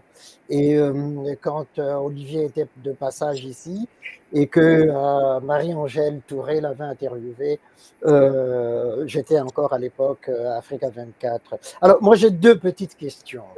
La première, c'est qu'est devenu le plan, puisqu'il avait été ministre du plan, qu'est devenu le plan qu'il avait mis en place, parce que là, Olivier Kamitatu a rappelé l'importance justement du plan.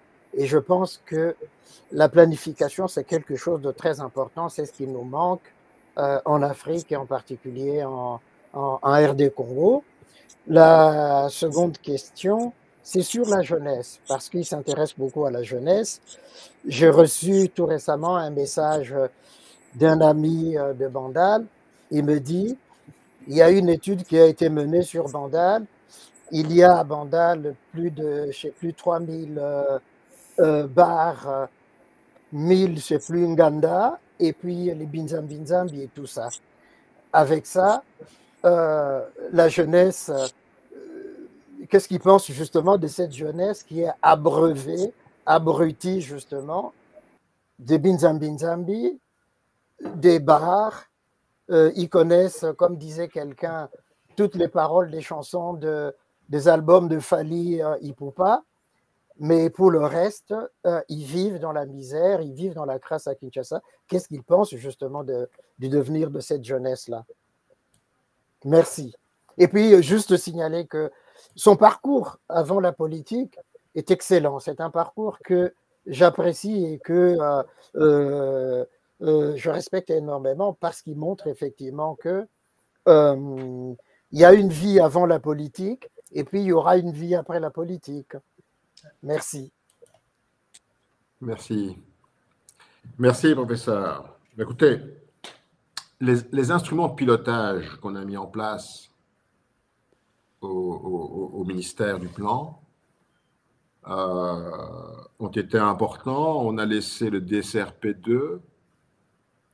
On a avancé avec des programmes d'action prioritaires. On a surtout mis en place la plateforme de l'aide, de gestion de l'aide et des investissements. Donc, tous ces instruments de pilotage sont restés en fonction. Mais n'oublions pas que j'ai quitté le plan en 2011. Ça fait déjà 12 ans. Donc, d'autres programmes sont apparus. Mon grand regret est de ne pas avoir pu élaborer l'étude prospective. Parce que je pense que c'est nécessaire que le Congo dispose d'une grande étude prospective sur Congo 2050 ou Congo 2060. Mais c'est nécessaire d'avoir une vision commune, une vision partagée, et que la représentation nationale et que le peuple congolais adhère à cette vision à long terme. Pour ce qui est de la jeunesse, les bars de la jeunesse, comme vous dites, il faut reforger une élite de cette jeunesse. Elle en a besoin aujourd'hui, on a besoin de faire émerger de nouvelles figures, mais surtout, on a besoin de redonner confiance aux jeunes dans la politique, dans le service à la population. C'est ça le plus important. C'est parce qu'on a perdu cette confiance. Et chaque fois qu'on triche aux élections, qu'on utilise des machines à voter, qu'on achète les voix, qu'on corrompt la corruption et détourne la jeunesse de l'engagement. Et elle se dit, mais pourquoi je vais m'engager? Pourquoi moi je vais me sacrifier? Une jeunesse s'est sacrifiée il n'y a pas longtemps. Thérèse Kapangala, Rossi Chimanga et d'autres se sont sacrifiés. Sans eux, nous ne serions pas là où nous sommes aujourd'hui. Et bien d'autres doivent suivre, mais le sacrifice ne peut pas être inutile. Et aussi longtemps que c'est la corruption qui règne dans le monde politique, aussi longtemps que le socle de la société, qui est cette jeunesse, est déconnecté des institutions qui vivent hors sol, avec des salaires faramineux dans un monde de corruption inouïe, eh bien cette jeunesse n'adhérera pas à une vision commune. Et c'est vers ça que maintenant que nous devons aller, c'est réconcilier la jeunesse et la politique et les institutions de ce pays. Ce n'est pas maintenant qu'on le fera après une fraude aussi manifeste. Et puis je vous remercie pour les mots gentils que vous avez eus pour mon parcours. Voilà, merci beaucoup, professeur Alfred, pour les questions et aussi les réponses de M. Olivier Kamitatou. Nous allons aussi donner un peu la parole aux auditeurs et téléspectateurs qui écrivent, mais après cette petite pause.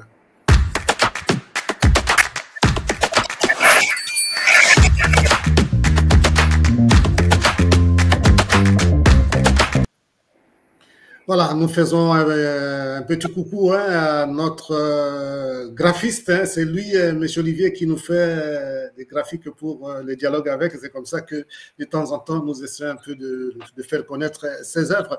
Alors, nous allons essayer de voir ce que disent les gens qui nous suivent Alors, nous dirons d'abord, ce n'est pas une question, mais il y a M. David Ngemba qui écrit ceci. Il dit, voilà, j'admire bien votre éloquence, M. Olivier. Ça, c'est connu de tous, hein, M. Olivier. Voilà, il y a M. David Ngemba qui apprécie votre éloquence. Mais il y a quelqu'un qui a déjà précédé ma question, donc je ne la poserai plus, je lui donne plutôt la parole. C'est M. Turing Kamandali, c'était la question que je voulais poser justement déjà, et je lui laisse cette opportunité de la poser. Quel conseil pouvez-vous donner aux jeunes en une phrase, M. Olivier? Ça, c'est une question qui vient de M. Turing Kamandali. Le conseil, la jeunesse ne peut pas rester indifférente aux questions politiques, aux questions de société. La jeunesse doit s'engager. Certes, aujourd'hui, il y a un manque de modèles, mais nous avons de grands esprits, nous avons de grands modèles. Je ne parlerai pas du cardinal Ambongo, qui fait partie du gouvernement de l'Église, autour du pape. Je ne parlerai pas de certains hommes politiques qui ont chacun leur qualité, Moïse Katumbi entre autres, mais l'engagement, il faut un engagement. La jeunesse ne peut pas rester indifférente et elle doit avoir la capacité de l'indignation. Aujourd'hui, nous allons de scandale en scandale, de déception en déception. Chaque jour, nous avons de mauvaises nouvelles.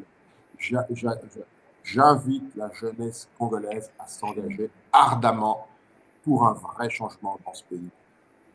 Le bonheur des Congolais ne viendra que des Congolais eux-mêmes, s'ils en ont conscience. Cette prise de conscience, eh bien, je souhaite que cette jeunesse-là ne se cantonne pas simplement à critiquer, mais qu'elle entre dans l'action véritablement de l'engagement. Voilà, alors nous allons aller rapidement encore. Et notre téléspectateur a posé aussi la question. C'est Monsieur Jonti, je pense que c'est comme ça qu'on prononce son nom. Pourquoi vous avez choisi Kabila hier au lieu de Bemba? Pourquoi avez-vous choisi Katumbi aujourd'hui? Voilà. Mais écoutez, Kabila, président Kabila, était parvenu, par un travail sur lui-même probablement, à un partage du pouvoir pendant une transition. Un partage qui était relativement apaisé. Le 1+4. Jean-Pierre Bemba, je vous l'ai dit, était un chef militaire avant tout, avait conscience que c'est la force militaire qui pouvait donner le pouvoir et non pas l'organisation politique à cette époque-là. Et donc, Jean-Pierre Bemba était quelqu'un de l'affrontement, d'une forme de brutalité qui ne pouvait pas convenir à ce moment-là à la mise en place apaisée des choses. Voilà pourquoi j'ai travaillé avec Joseph Kabila sans être un kabiliste, en ayant mon propre parti politique qui s'appelle l'Alliance pour le renouveau du Congo, que nous avons monté avec beaucoup de camarades à l'époque. Alors pourquoi Katumbi? Vous le savez, Joseph Kabila a eu les velléités de changer la Constitution. Et nous lui avions dit, nous pouvons supporter quelqu'un que vous pourriez présenter à la nation, mais pas vous. Il n'est pas question de changer la Constitution pour des mandats illimités, pour organiser une tricherie contre le peuple congolais. Le pouvoir revient au peuple congolais. Et c'est la raison pour laquelle, effectivement, nous avons quitté, et je n'étais pas seul, nous avons créé le G7 avec Pierre Lumbi, avec le président Mwando, avec Kyungu Wakumwanza, Gabriel Kyungu, avec Lutundula, José Ndoulo. Nous avons créé le G7 en contestation de cette volonté de vouloir effectivement imposer à la population congolaise un changement de constitution. Voilà pourquoi nous avons considéré à ce moment-là que l'homme qui avait le plus de capacité à pouvoir gérer ce mouvement et ce groupe, c'était, et ça reste Moïse Katumbi. Voilà, il y a beaucoup de gens qui écrivent. Il y a quelqu'un qui m'a écrit sur le DM aussi, que vous connaissez, vous avez cité son nom. C'est Cynthia Katanga qui écrit ceci. Nous exprimons notre reconnaissance envers M. Olivier pour son parcours, son engagement envers le Congo et sa maîtrise en particulier. Je lui exprime ma gratitude pour ce guide qu'il est pour la jeunesse, surtout pour ses encouragements. Vous êtes un homme politique de grande envergure et je vous suis reconnaissante pour tout. C'est Madame Cynthia Katanga qui vous écrit ça. Vous avez même cité son nom, mais il y a aussi beaucoup d'autres personnes qui sont en train maintenant d'écrire. Dont Monsieur voyons son nom, M. David Ngemba, qui écrit ceci. Aujourd'hui, plusieurs évoquent la nécessité de réviser, voire de changer la constitution à laquelle vous avez contribué en participant à sa rédaction. Que pensez-vous de cette proposition? C'est M. David Ngemba qui pose la question. Écoutez, Père, toute chose, et je parle à M.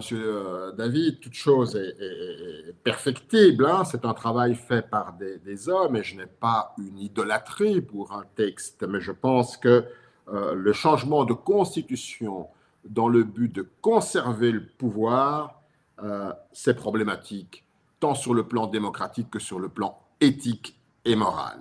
Et il est évident aujourd'hui que si vous changez quelque chose, c'est pour améliorer les choses. La société congolaise a été longtemps apaisée avec ce texte adopté par 85-86%. Il y a des défauts, elle peut être perfectionnée, mais il y a d'abord des articles qui ne peuvent pas être, qui sont verrouillés dans cette constitution, qui concernent les libertés, qui concernent le pouvoir, qui concernent le nombre de mandats, la durée des mandats. Pour conserver le pouvoir, ne tripatouillez pas la constitution, vous allez réveiller la colère des Congolais. Et ça je pense que Joseph Kabila y a goûté et j'espère que cela ne donnera pas envie à ceux qui aujourd'hui pourraient penser emprunter ce chemin que de vouloir conserver le pouvoir en changeant la loi fondamentale. Nous avons une bonne constitution, il faut l'améliorer dans des aspects, notamment peut-être de la décentralisation, dans d'autres aspects sur certaines libertés, mais je plaide pour un respect absolu de notre texte, de notre loi fondamentale, et j'aurais grande réticence à la modifier. Et certainement pas pour la pouvoir. Oui, allez-y, finissez là. Je dirais certainement pas pour la conservation du pouvoir. Pourquoi? Parce qu'on va violer des principes démocratiques. On va à nouveau affaiblir la confiance publique, la confiance des citoyennes et des citoyens dans la classe politique. On va dégrader à nouveau l'état de droit. Tout cela pour consolider un pouvoir mal élu par une fraude électorale. Il n'en est pas question. Voilà, merci beaucoup. Il y a encore des questions pour ne pas décevoir les gens nombreux qui nous suivent. Il y a aussi monsieur, je crois, c'est monsieur, René Di Kengamou. Pensez-vous que la jeunesse a le temps de s'engager et qu'elle est intéressée à s'engager alors qu'elle doit déjà faire face au chômage et à la pauvreté pour essayer de survivre? Voilà la question de la jeunesse. Écoutez, d'abord, on reste jeune par l'esprit, dans l'esprit. Deux, vous voyez, par exemple, la révolution au Sénégal, M. Sonko, le jeune président sénégalais. Ce sont des actes d'engagement. Ça appelle des risques, ça appelle des sacrifices, mais si la jeunesse ne s'engage pas, eh bien, elle subira. Ce qui se fait sans vous se fait contre vous. Eh bien, il faut avoir ce courage, cette détermination, parce qu'aujourd'hui, la jeunesse, c'est la toute grande majorité de la population congolaise. À elle de s'affranchir de ses peurs, de cette indolence et de ce degré de fatalisme qui fait que nous sommes devenus la risée du monde. Voilà, alors il y a encore un dernier, disons, pour le moment, et puis nous allons faire le tour, disons, des membres du dialogue avec pour vous libérer aussi. Vous nous avez donné suffisamment de temps, c'est déjà plus d'1h30, nous n'allons pas en abuser. Alors, il y a Tim Zigachane Il dit des regrets vu les responsabilités assumées dans le temps versus les chaos qui règnent au pays. Voilà. Non, je n'ai. Vous m'avez posé la question des regrets. Oui, oui, oui. Non, je n'ai pas de regrets. J'ai pris ma part d'engagement. J'étais jeune. Je me suis révolté avec Bemba à l'époque. J'ai eu des fonctions. J'ai essayé de donner le meilleur de moi-même. J'ai probablement commis des erreurs. Mais il se fait que le changement d'une société, toute une classe politique aujourd'hui doit se remettre en question. Ce n'est pas dans la fraude électorale qu'on se remet en question. Ce n'est pas dans la corruption à grande échelle qu'on se remet en question. Ce n'est pas dans le vandalisme ou la délinquance financière qu'on se remet en question. Ce n'est pas dans l'intolérance qu'on se remet en question ou dans l'atteinte aux droits de l'homme. Ce que nous vivons aujourd'hui, c'est un recul en arrière terrible, terrible. Ce que nous vivons aujourd'hui, ben, parfois, il y a des choses qui sont bien pires que ce que nous reprochions au pouvoir qui précédait celui de Félix Tshisekedi. Donc, je pense qu'aujourd'hui, il est temps de s'engager. Il est temps de s'engager, vous les jeunes, pour mettre fin, je pense, au tout grand désordre qui règne dans ce pays. Voilà, merci beaucoup. On va maintenant faire un dernier tour, un mot de la fin, disons, donné aux membres de l'équipe qui vous a accompagné aujourd'hui. On commence évidemment par Patricia. Pati, allez-y. Le micro, Pati, on ne vous attend pas. Votre micro. Vous m'entendez? Voilà, maintenant ça marche. Ah, merci. D'abord, je voudrais dire merci à M. Olivier Kamitatou. C'était vraiment un plaisir de vous écouter. On a encore beaucoup à apprendre de vous. Je pense que ce n'est peut-être pas la meilleure plateforme ici. Mais comme vous avez dit que vous êtes disponible à la jeunesse, je me permettrai moi-même déjà de vous contacter pour pouvoir peut-être entrer dans le parti, peut-être en savoir plus de ce que vous faites dans la politique, ce que vous proposez pour la jeunesse. Et je voulais renchérir aussi sur votre réponse que vous avez donnée tout à l'heure à M. Renédi, au jeune Renédi. La question est quelque peu, je trouve, intrigante parce que avec le pourcentage élevé, M. Renédi, du chômage, les conditions de vie difficiles que la jeunesse a au Congo, notamment à Kinshasa, la question de l'engagement politique ne devrait même plus se poser pour la jeunesse, en fait. Tout ce que nous devons faire en tant que jeunesse, bon, je m'inclus aussi dans cette tranche de la population, c'est nous former, mais aussi nous engager. On n'a pas d'autre choix parce que le Congo que nous allons laisser à nos enfants, j'espère bien que ce ne sera pas le Congo dans lequel nous vivons aujourd'hui, parce que ce serait bien malheureux et ce serait notre faute, notre responsabilité. Comme l'a dit tout à l'heure, comme je l'ai répété tout à l'heure avec la pensée du jour de Jean-Paul Sartre, nous devons prendre nos responsabilités, nous devons admettre que nous avons une liberté de choix, un libre arbitre, et ici le choix est de s'engager politiquement pour un changement, pour un Congo meilleur, pour notre jeunesse, en tout cas pour le futur des Congolais. Merci beaucoup. Donc, une dernière question pour M. Kamitatou. Si vous étiez une citation, vous seriez laquelle? Oh là là, non. Je n'en ai pas. C'est ma question piège.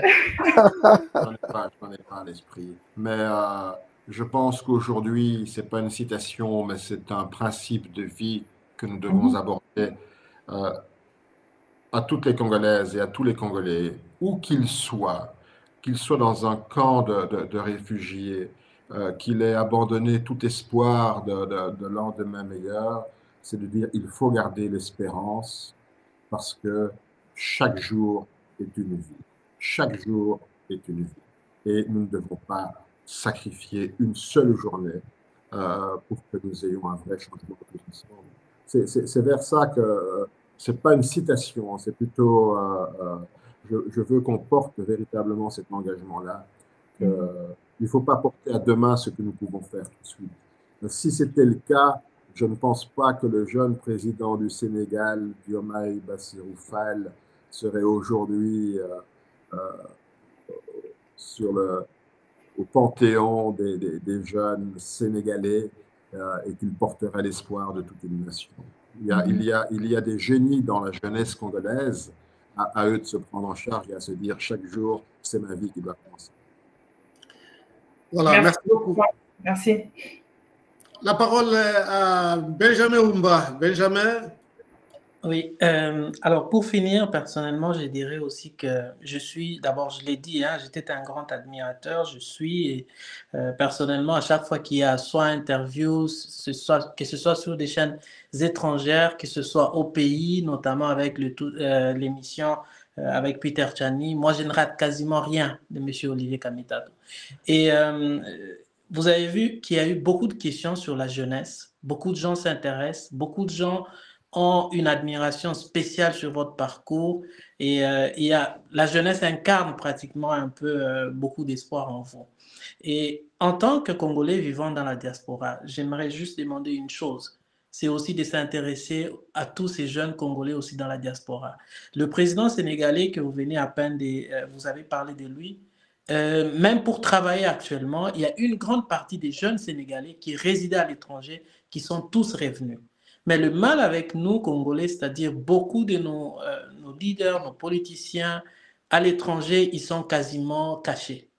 Ils ne se manifestent pas. Il n'y a pas je dirais, des forums avec les jeunes Congolais vivant à l'étranger, en Allemagne, en France, juste pour essayer de rêver un peu ce sursaut patriotique et aussi, pourquoi pas, les ramener vers vos partis politiques.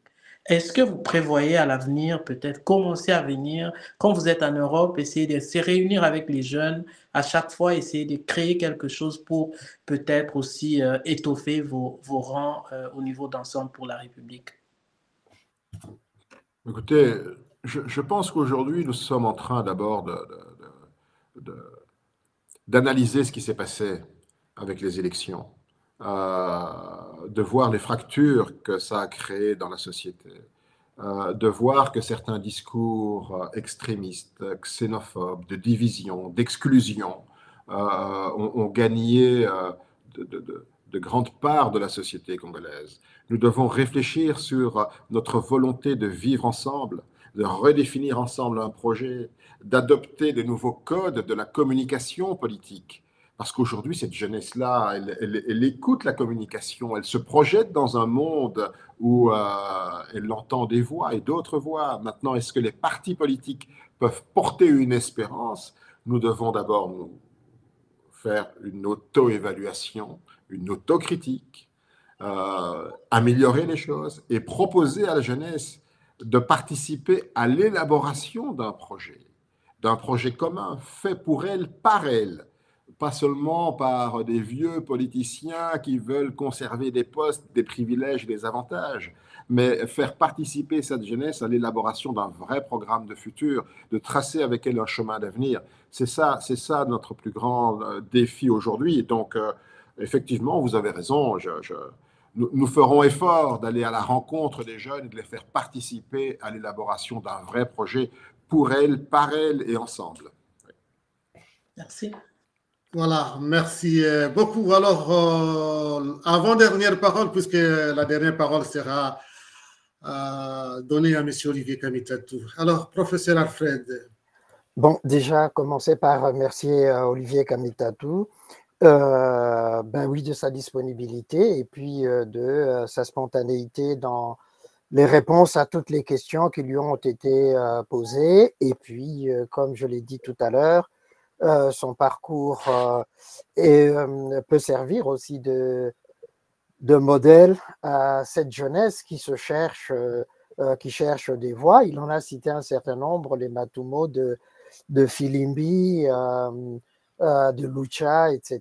Mais il en faut beaucoup plus, justement, pour que cette conscience de l'engagement puisse se réveiller, comme le souhaite Patricia.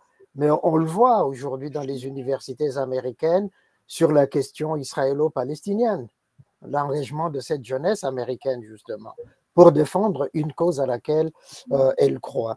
Moi, ma question est celle-ci. On l'a vu pendant 5 ans, Martin Fayoulou revendiquait la victoire, sans préparer l'après de cette victoire qui lui avait été contestée ou volée dans l'élection précédente. Quelle est la perspective pour Ensemble dans la configuration politique actuelle que vous avez dénoncée tout à l'heure, au sortir des élections, comme vous dites, truquées, etc. Quelle est la perspective? Quelles sont les perspectives plutôt pour Ensemble dans cette configuration politique-là? Merci. Merci, professeur. Ensemble a choisi d'aller aux élections en tant que parti politique et avec un leader, Moïse Katumbi. Vous savez ce qu'il est devenu. C'était, le cardinal l'a dit, hein, les élections ont été un désastre en termes d'organisation, en termes de fraude. Mais nous sommes dans les institutions. Ça veut dire que notre devoir et le devoir de Moïse Katumbi, c'est de porter la voix de l'opposition. Et elle est multiforme, l'opposition.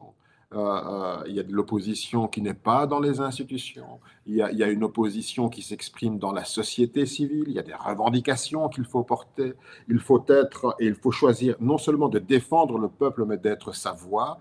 C'est la mission que doit porter Moïse Katumbi et je veux croire qu'il a les capacités et les épaules assez larges pour porter cela, parce que c'est une mission qui lui incombe, il a choisi cette voie, et bien je pense qu'il ira jusqu'au bout, à nous de l'aider pour montrer qu'il y a un autre chemin, qu'un autre Congo est possible. Quelles que soient les difficultés du moment, ça ne doit pas nous arrêter, nous continuerons à progresser pour un vrai changement, pour que demain nous ayons la paix dans ce pays, pour que demain nous ayons un véritable avenir à cette jeunesse. Voilà. Maintenant, vous avez le dernier mot. Un peu, nous avons parcouru le parcours, disons, nous avons fait le parcours de votre formation intellectuelle, et le parcours aussi de votre vie professionnelle, avec différentes questions qui font un peu ressortir votre personnalité. J'ai aimé, je crois que c'était la question de Patricia, quand vous avez parlé des livres qui vous ont marqué. Hein. Vous avez cité ce livre de M. Stefan Zweig, cet Allemand, hein, Conscience contre violence. Un livre qui est sorti, évidemment, c'était dans une période où il y avait la montée du fascisme et de l'extrême droite. Hein. C'était un livre contre toute forme de totalitarisme et d'intolérance, ce qui caractérise peut-être un peu beaucoup de pays africains. Je ne vais pas citer seulement la République démocratique du Congo. Et donc, ça vous marque un peu votre personnalité. Alors, il y a peut-être des questions que je ne voulais pas soulever encore puisque le temps passe. Alors, je voudrais peut-être aussi que pendant votre conclusion, vous puissiez un peu relever ces faits-là que vous vous taisez souvent pendant longtemps maintenant, même si vous êtes porte-parole et directeur de cabinet de Moïse Katumbi. Mais chaque fois que vous faites des sorties, c'est toujours avec, comme les gens vous apprécient, avec des terminologies qui marquent un peu les gens. Voilà, un peu, vous ramassez un peu tout ça pour faire la conclusion et avant que nous puissions vous remercier pour clôturer aujourd'hui. Monsieur Olivier Kamitatou. Père, je vous remercie. Je remercie tous les amis, professeurs et tous les amis qui ont participé à l'émission. Je remercie tous les auditeurs, enfin tous les téléspectateurs, je ne sais pas comment on dit maintenant, avec les réseaux sociaux. Je voudrais dire une chose, c'est que nous avons vocation à être une grande nation. Nous avons vocation, comme a dit Patricia, je pense, à redevenir une puissance au cœur de l'Afrique. Mais on ne redevient une grande nation que si nous redevenons un État qui est respecté. Et si nous sortons sans cesse de cette posture de victimisation et de cette posture où nous sommes victimes et nous ne sommes responsables de rien. C'est en assumant ces responsabilités à tous les niveaux, et que nous soyons jeunes, que nous soyons riches, pauvres, mais en assumant nos responsabilités, que nous soyons étudiants, chômeurs, pères de famille, employés, fonctionnaires, chacun doit assumer pleinement ses responsabilités et son engagement citoyen. C'est à cela Et c'est comme ça que nous bâtirons ensemble une vraie nation respectée, pas sans cesse en pleurnichant notre victimisation. Montrons que nous savons relever la tête, c'est notre hymne national qui en dispose et qui le dit et on le chante si merveilleusement. Gardons la tête haute parce que le meilleur est à venir pour la République démocratique du Congo. Voilà, en tout cas, grand merci pour cette émission qui était un peu la reprise après 2 semaines d'interruption qui ne dépendaient pas seulement de notre volonté. Ce sont les circonstances de la vie qui ont fait que nous puissions ne pas tenir nos émissions. Nous avons repris et nous avons repris aujourd'hui justement avec M. Olivier Kamitatou et que nous remercions pour sa disponibilité. Nous avons passé plus d'1h50 de dialogue et avec raison, on pouvait faire plus puisque c'est quand même une vie bien remplie d'Olivier Kamitatou et ça a plu beaucoup de gens. Je vois qu'il y a beaucoup de personnes qui nous ont suivis. En tout cas, grand merci Madame Patricia Temoni, Madame Pensée du jour, pour votre participation et votre présence. Nous allons vous retrouver encore bientôt puisque vous vous occupez aussi de la partie dialogue avec féminin. Ça sera pour bientôt. Nouvelle responsabilité. Pardon, je n'ai pas suivi. J'ai dit nouvelle responsabilité. Merci à vous, Père Jean-Pierre. Voilà, merci beaucoup pour la disponibilité. Alors, merci beaucoup Benjamin Umba aussi, qui nous fait toujours plaisir de participer depuis l'Allemagne. Nous remercions aussi l'autre Benjamin qui n'a pas pu rester avec nous. C'est probablement un problème de connexion depuis Niamey au Niger. Donc, pour sa rubrique rappel historique. Et merci à notre ami professeur Alfred Chango. Un plaisir encore de nous retrouver aujourd'hui. Et je ne manque pas encore une fois de remercier M. Olivier Kamitatou, mais aussi tous ceux et toutes celles qui nous ont suivis à travers les réseaux sociaux, notamment à travers YouTube, à travers Twitter, à travers Instagram, à travers Facebook. Le plaisir est le nôtre de vous avoir donné ce temps pour bien connaître M. Olivier Kamitatou.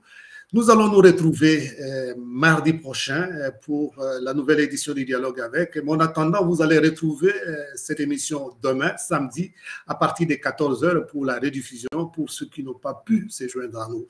Il ne me reste plus qu'à souhaiter à M. Olivier Kamitatou une bonne soirée. Une bonne soirée aussi à tous ceux qui nous ont suivis et une bonne journée encore pour ceux qui sont dans d'autres fuseaux horaires. Nous allons donc nous retrouver bientôt. Au revoir et à très bientôt.